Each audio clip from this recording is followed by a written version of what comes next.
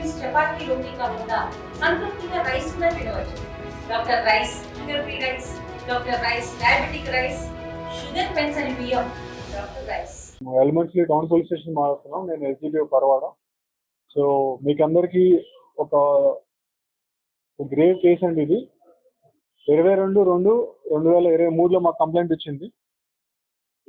ఒక women dead body అనేది petrol bunk పక్కన ఆనుకొని పడి ఉన్నదని చెప్పి మాకు అప్పుడు కంప్లైంట్ వచ్చింది. సో అది ఇమీడియట్గా అప్పుడు ఉన్న సిఏ గారు వాళ్ళ ఎస్ఐ గారు వెళ్ళేసి ఇన్వెస్టిగేషన్ చేశారు. మాక్సిమం లీడ్స్ అని ట్రై చేశారు.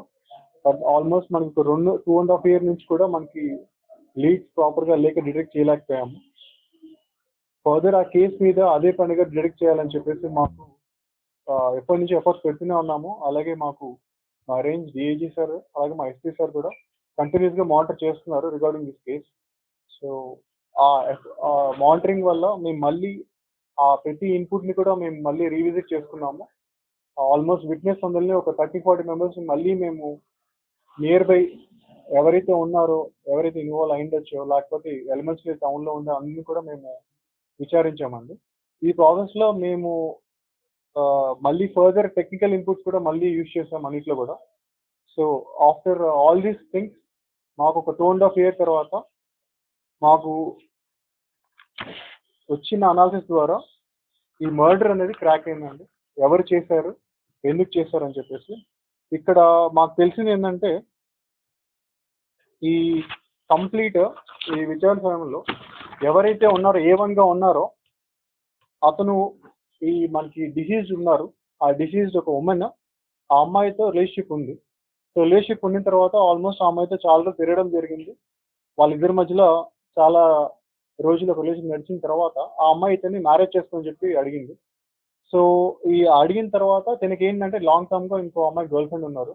సో ఆ అమ్మాయితో మ్యారేజ్ చేసుకోవాలనే ఉద్దేశంతో ఈ అమ్మాయి అడ్డం వస్తుందని చెప్పేసి ఒక ఉద్దేశంతో ఇతను ఈ అమ్మాయిని మర్డర్ చేయడం జరిగిందండి. సో ఎందుకంటే ఈ అమ్మాయి ఉన్నట్లయితే తన నెక్స్ట్ మ్యారేజ్ జరగదు తన గర్ల్ ఫ్రెండ్తో అని చెప్పేసి ఒక ఉద్దేశంతో ఈ మర్డర్ చేయడం జరిగింది. సో ఇది ప్లాన్డ్గా A1 వచ్చేసి A2 అండ్ A3తో ఈ హత్య రిలేటెడ్గా కత్తి అలాగే ఏదైతే అవసరమన్న ఫ్యూయల్ డబ్బా ఏదైతే ఉందో మనకి పెట్రోల్ రిలేటెడ్ కూడా వీళ్ళ ద్వారా తెప్పించుకోవడము, వీళ్ళకి కూడా నోయింగ్లో ఉంది ఈ మర్డర్. సో ఈ ముగ్గురు కూడా మనకి ముద్దాయిలు అవుతారండి దీంట్లో. ఈ ఓవరాల్ ప్రాసెస్ మన సిఐ ధనంజయ్ గారు వచ్చినప్పటి నుంచి కూడా కంటిన్యూస్గా మానిటర్ చేసుకుంటూ అంటే ప్రతి ఎవరైతే స్టేషన్ వచ్చిన ప్రతి కేసులో కూడా ఈ కేసు రిలేటెడ్ ఏమైనా ఉండొచ్చేమని చెప్పి ప్రతి ఒక్కరిని కూడా తను విచారించడం జరిగింది. సో తన కంటిన్యూస్ ఎఫర్ట్స్ వల్ల ఆఫ్టర్ 2.5 years నాకు తెలిసి ఈ మధ్యకాలంలో కేసులు డిటెక్ట్ అవ్వడం అనేది it's first of it's kind మన ఎలిమెంట్స్లీ టౌన్. అలాగే ఈ కేసులో తను ప్రొబేషనరీ డిఎస్పీ గారు కూడా ఆల్మోస్ట్ వచ్చిన వాళ్ళతో మాట్లాడడం కానీ ఇన్వెస్టిగేషన్ ప్రాసెస్ హెల్ప్ చేశారు. అండ్ అలాగే మన టెక్నికల్ ఇన్పుట్స్ అన్ని కూడా మన ఎలిమెంట్స్లీ ఎస్ఏ ప్రసాద్ గారు కూడా హెల్ప్ చేశారు, మునాబాద్ ఎస్ఏ ప్రసాద్ గారు. సో కంప్లీట్ అనాలిసిస్ చేసుకున్నాము. టెక్నికల్ ఇన్పుట్స్ ద్వారా ప్రతిదీ కూడా చూసుకునేసి ఈ కేసు రిలేటెడ్ దాన్ని క్రాక్ చేసాము. మాకు కంటిన్యూస్గా ఈ ప్రాసెస్ అన్నింటిలో కూడా ఆల్మోస్ట్ 2 months నుంచి case related monitoring SP Rohit Singh sir గారు మాకు గైడెన్స్ ఇస్తూ ఎలా అప్రోచ్ అవ్వాలి, అసలు ఎలా ఈ కేసు ఒక్కొక్క లీడ్ని ఎలా మనము చేయాలి అని చెప్పి సార్ మాకు గైడెన్స్ ఇస్తూనే ఉన్నారు. సో థ్యాంక్స్ ఎవ్రీవన్ ఫర్ ఈ కేసు మాకు ఆఫ్టర్ 2.5 years డెలిట్ అయ్యేదాకా అందరూ ఎఫర్ట్స్ పెట్టినందుకు అందరికీ ధన్యవాదాలు చెప్తున్నాను. మేము ఎనీ మర్డర్ కేసు కూడా మేము అలా ఎఫర్ట్స్ పెడుతున్నామండి. నాట్ జస్ట్ ఉమెన్ మర్డర్ అని కాదు, ఎనీ మర్డర్ కేసు అలాగే పెడుతున్నాము. సో మర్డర్ కేసు రేట్ కాకుండా ఉన్నట్లయితే డెఫినెట్గా మళ్ళీ రివిజిట్ చేస్తున్నాం. సో ఎలా రివిజిట్ చేస్తున్నాం అంటే ఈ ప్యాటర్న్ అనేది మన స్టేట్లో వేరే కైండ్ ఆఫ్ మర్డర్స్ లింక్ అయిందా, ఎవరన్నా కానీ చేసేవాళ్ళు ఒకే ప్యాటర్న్ ఫాలో అవుతున్నారా. సో చుట్టుపక్కల మర్డర్స్ అయితే అక్కడ కూడా వెళ్ళి మేము విజిట్ చేసి మన టీమ్ అక్కడ ఎట్లాంటి ఇన్స్ట్రుమెంట్స్ వాడారు, అక్కడ కండిషన్స్ ఎలా ఉన్నాయి అవి కూడా అనలైజ్ చేసుకున్నారు. సో ప్రతి మర్డర్ మేము ఇలాగే సీరియస్ తీసుకుంటున్నాము. 2.5 years అని కాదు. సో మాకు మేజర్గా టెక్నికల్ ఇన్పుట్స్ హెల్ప్ అయిందండి.